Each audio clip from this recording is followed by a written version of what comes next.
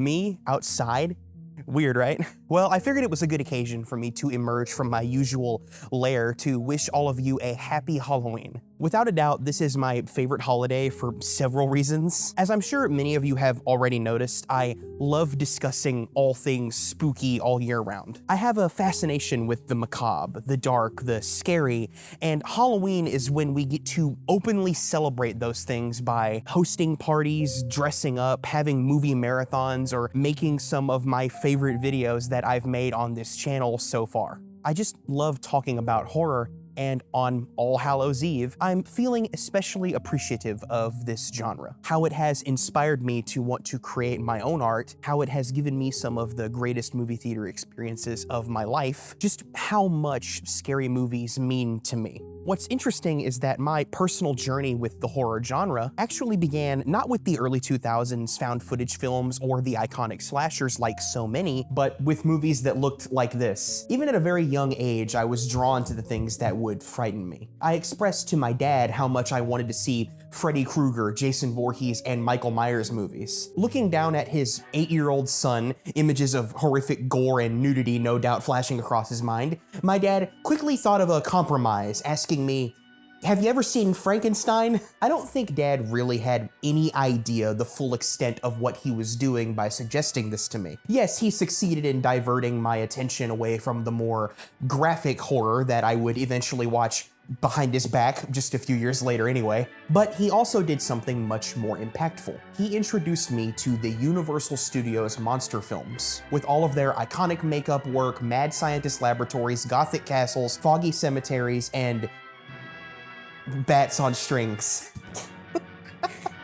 The Universal monster films, right up there with Star Wars, would become one of my biggest film obsessions that still continues to this very day. It would take me a very, very long, very detailed, highly produced video to fully convey my love of the Universal monsters. A video that would take me a lot longer to make than originally anticipated, but I promise will be worth the wait when it's finished.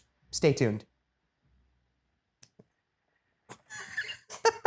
Universal was where my love for horror began, and as you can tell by the videos on this channel, it has only expanded as I've gotten older. It doesn't necessarily need to be spooky month for me to talk about spooky stuff, but it's the most fun time to do it. When everyone is carving jack-o'-lanterns, setting out their decorations, and dressing up. There's really no limit to my ability to yap about horror, but for Halloween 2024, I thought I would open up the discussion around the genre just a little bit more. You see, at the end of just about every single one of my videos, I ask all of you to offer your perspective on what I've discussed. While the YouTube comment section has the reputation of usually being a hell pit that even the bravest souls shouldn't even attempt to navigate, I've been pretty blessed to have an audience that is willing to add their own perspective to the topics that I focus on, offering points of view that I either never thought of or didn't have the capability to offer. It's seriously one of my favorite parts of making videos,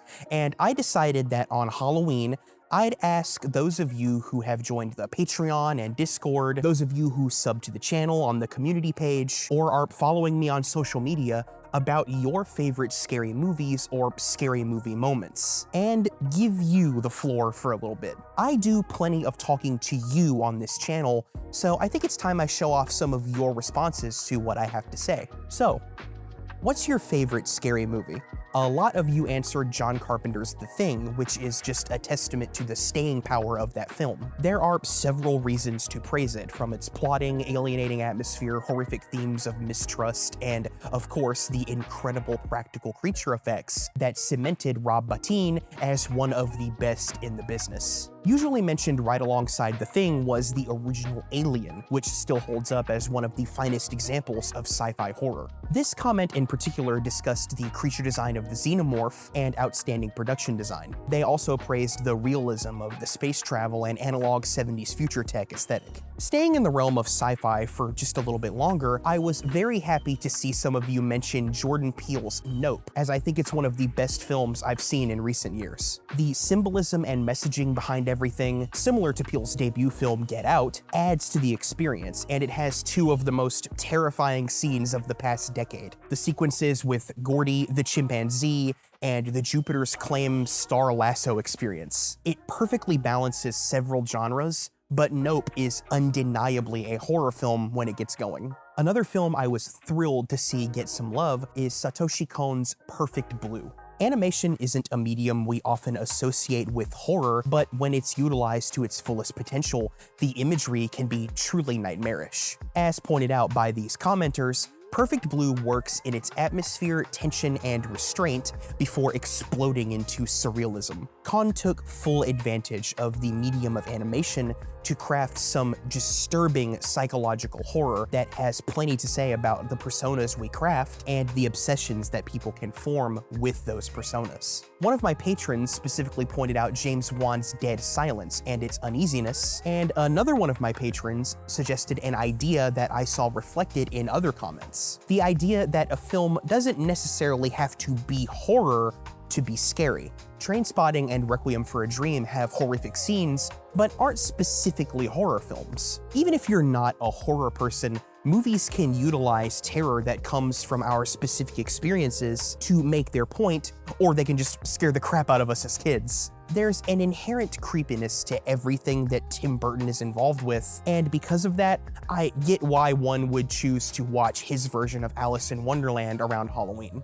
This person said that Chicken Run scared them as a kid, and honestly, yeah, that's valid. There's some debate over whether or not Silence of the Lambs is a horror film. It is, but I think we can all agree that Hannibal Lecter waiting for Clarice in his cell is one creepy-ass image. I was thrilled to see some love for The Bride of Frankenstein here. While this film is pretty tame as far as scares go today, the emotions, as this commenter pointed out, are still as compelling today as they were back then. The monster meeting the blind man is beautiful, with themes of acceptance that can still resonate with so many.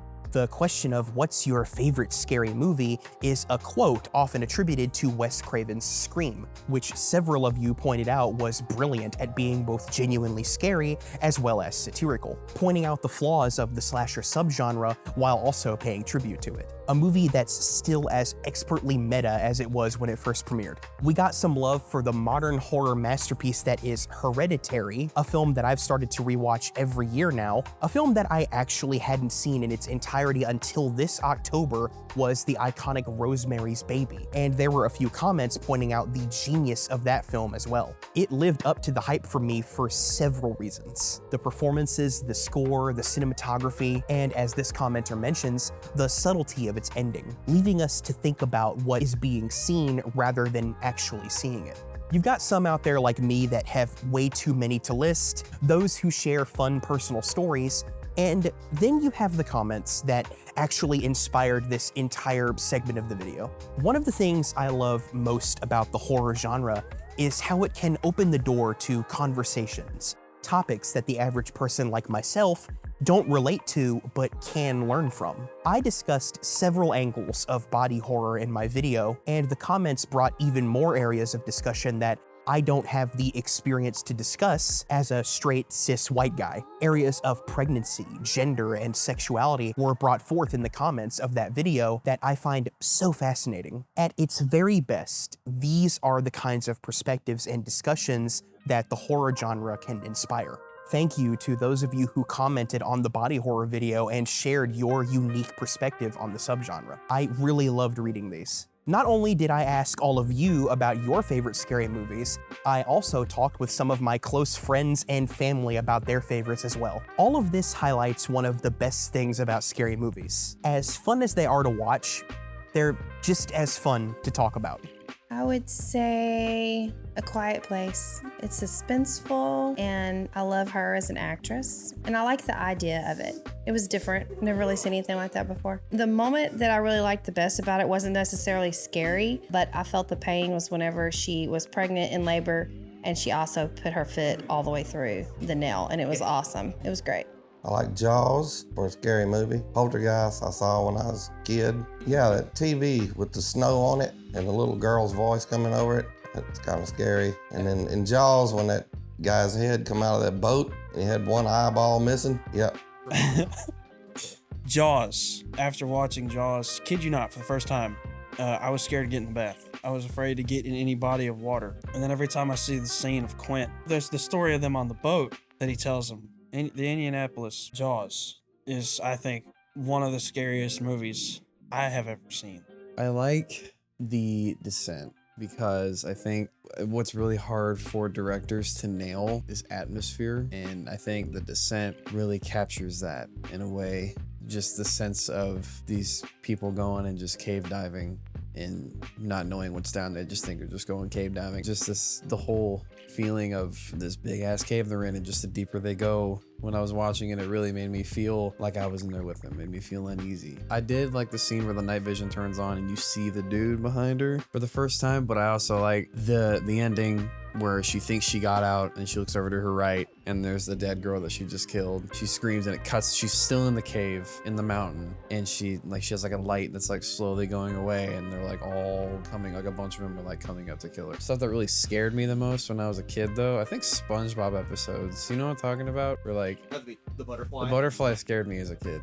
When then Pee-wee's Big Adventure, Large Marge scared me as a kid. That scared me. The two that I would say that I go to frequently as like comfort watches, but that I can still feel scared or I still feel fear anytime I watch them is Alien and The Descent. And I think it's for the same reason, in that there's nowhere to really go. Like you can hide, but you can't run, is the feel I get from both those movies. Alien is probably my favorite movie out of the two of them. I think that's just because I love Ripley as a character and the xenomorph is so iconic, but The Descent is, that one has stuck with me in that's like one of my most reoccurring nightmares. Has to do with that cave system and those horrible creatures. The crap pit that you see in that movie is like viscerally disgusting. So yeah, I think that those two are probably, I don't think they're the absolute scariest, but they're the ones that I think I can revisit as often as I want to, and I will feel the intended emotion of like I'm holding my breath, or I'm startled, or I'm looking at the background trying to see, the creatures in The Descent, or I'm just like holding my breath waiting for the chest burster, that kind of stuff. My favorite scary movie, I would say The Thing. It did like what no other movie really did, and I think it holds up to this day. It still holds up. I don't know, it's something about practical effects that it's the way to go. Even today, I think it's the way to go. The one that pops up first is definitely the petri dish scene. The other one that pops up would be the ending, because it ends the movie without telling you anything, and it basically it just lets you say, hey, what do you think happened? And it lets you kind of intermingle with everyone else and say, well, I think he was the thing at the end, and I don't know, this, that, and the fifth, and everyone has their own crazy theories. But the petri dish scene was, you almost get like a secondhand nervousness watching it, because you're like, oh man, who's gonna be it? You can predict one of them's probably gonna be it, and then when it happens, you're just kind of like, oh my gosh, help the guy who's innocent, he's still tied. It's like, I think it's one of John Carpenter's like best, in my opinion. I know he's got some absolute bangers, but man, The Thing was just it still is like probably top 2, honestly. It doesn't necessarily like scare me, but it gets me thinking, and I think that's what he intended, was like, this is not really like ghosts in your face. It's more like a deception, and who can you trust, and there's this absolute almost eldritch horror that's just taking over everyone, and you can't trust anyone. They barely even know how to kill it the whole movie. So it's just like this feeling of unknown and uneasiness of like what this alien is. I would have to say my favorite scary movie would be Hereditary. Trying to narrow it down to just like one specific scene, I feel like would be a little too difficult to do. I do remember going home that night and the blonde buzz cut guy from the funeral and then who's also like in the house with Peter naked, I kept like imagining him in the corner of my room and I was like, no. But as far as like a character, like I don't know if there's like one specific thing. I mean, I guess you could say that that really like kind of stuck with me, but just anything to do with Annie's mom. Like the first image that you see in the movie, if I remember correctly, is just the portrait of Annie's mom, and it's so eerie, it's so unnerving, and I think it's a testament to the filmmaker and then whoever else is involved in putting this stuff together. But it's just, there's something really unnerving about that first image of her. It's just unsettling as soon as you see it, you know. And then on top of that, you don't know anything about this woman. You just know secondhand accounts. And then the next time we see her, it's whenever Annie turns off the light in her art studio, and it's this like ghostly image. And the way they shoot it is like something, and I guess this is one of those things, I think it translates really well, because most of the time when you see stuff in movies, it's like, oh yeah, that's pretty fake, or like I would never see that in real life. But I don't know about you, but if you've ever like imagined an image in the dark, I feel like they really nailed that look so well. And I think that's what really just like, ugh. And then, you know, as we slowly kind of uncover more bits and pieces about her, it's just like, oh my gosh, like what the heck is going on here? I think for me, it's not a specific scene. It's just all of it. All of it just really sticks with me. The first time you watch it, the ending's kind of ambiguous and you're like, okay, is he actually like payment, or, you know, is he just kind of going along with this? And for me, like a good horror movie is whenever it sticks with me afterwards, as in the great words of M. Night Shyamalan, whenever a movie has like a stickiness to it. Blair Witch Project also had a sticky quality for me as well. As far as like another movie, I can't think of one that like really like just stayed with me in such a fashion. I primarily already grew up on horror because of my parents, and my dad did haunted houses for 10 years in the backyard. And he'd show me movies like The Exorcist, The Thing, The Blob. As much as I loved those movies, of course I was a kid, I'd get scared, but he would remind me that it was just makeup and it was effects and it was a monster in a costume. This one movie he showed me, he put on the movie 2010's I Saw the Devil. And that movie had me realizing that this antagonist was no alien monster, was no Pazuzu demon. It was a man. It was a father. It was a school transporter. And he was this real monster. That entire movie for me was intense from beginning to end. It was just nerve-wracking. By the end of it, spoilers, there was no happy ending. Even as the main character listens on the phone as the psychopath exits this world, he just breaks down.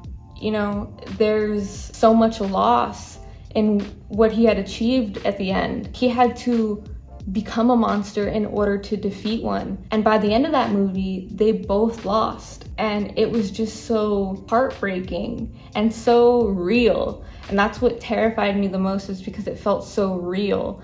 And it possibly is. There are monsters like that out in this world. And seeing that at a young age made me the paranoid person I am today. Nothing's really held back. My mom would show me movies like The Stuff and Hair Extensions, another Korean horror film, Killer Clowns from Outer Space. For all the realistic horror I was also watching at the time, it was also very refreshing with the out-of-this-world nature of other horror movies like that. There's this one that I remember very vividly because of my mom, Repo the Genetic Opera. I came home from school one day. I was about like 8 or 9, and I sat in front of the TV. My mom was already having a movie playing, and it was like more than halfway done. And I'm sitting there, and one minute I'm watching as a pretty lady is, you know, singing opera on a stage as snow falls on her, and the next minute she's suspended in the air, ripping her eyes out. From that alone, I was sold. And I made her replay the movie after she had finished watching it. Repo the Genetic Opera has always been in my, I would say, top 3 just for personal reasons, because while my mom had already shown me movies like Little Shop of Horrors and Rocky Horror Picture Show, I did love the gore aspects of things that I had watched. And watching Repo the Genetic Opera, something about a dystopian future where surgery is the new fashion trend, but the people who needed the transplants for medical reasons, if they end up not being able to make their payment, they now get targeted by the Repo men, and they'll repossess the organs. Not only was the gore in that movie like really good at the time, I had songs stuck in my head for months, like Thankless Job and Legal Assassin. I'm definitely not saying that Repo the Genetic Opera is the best movie, but I am saying that it is something that hits close to home because it's something that I had watched with my mom. I do still watch it about once a year. If you want to watch Paris Hilton and Bill Moseley sing, I'd watch it for that reason alone. Making this video has been an incredibly fun, unique way to celebrate Halloween this year. And I think that statement is going to inspire the next question that I'm going to ask all of you. How are you celebrating Halloween this year? Have you been marathoning horror films, going to parties? Have you been doing haunted houses? What are you dressing up as this year?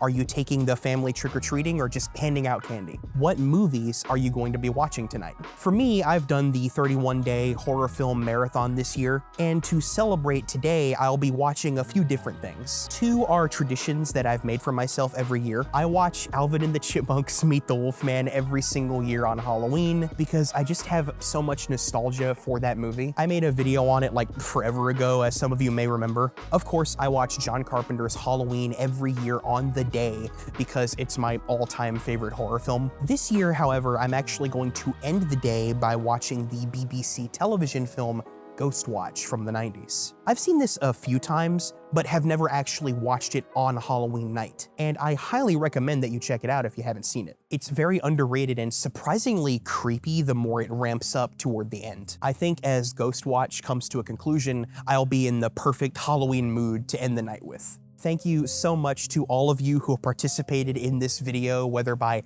commenting or agreeing to be interviewed by me. Thanks, as always, to all of my patrons and my executive producer patron, Lapis Lazuli VA, for your continued support of the channel, as well as your input on this video. Feel free to join the Patreon at patreon.com/MasonIDK if you would like to have these kinds of discussions with me on Discord more frequently. To all of you, I want to wish you a very happy, very safe Halloween. And thank you so much for watching my videos. Take care. Happy Halloween.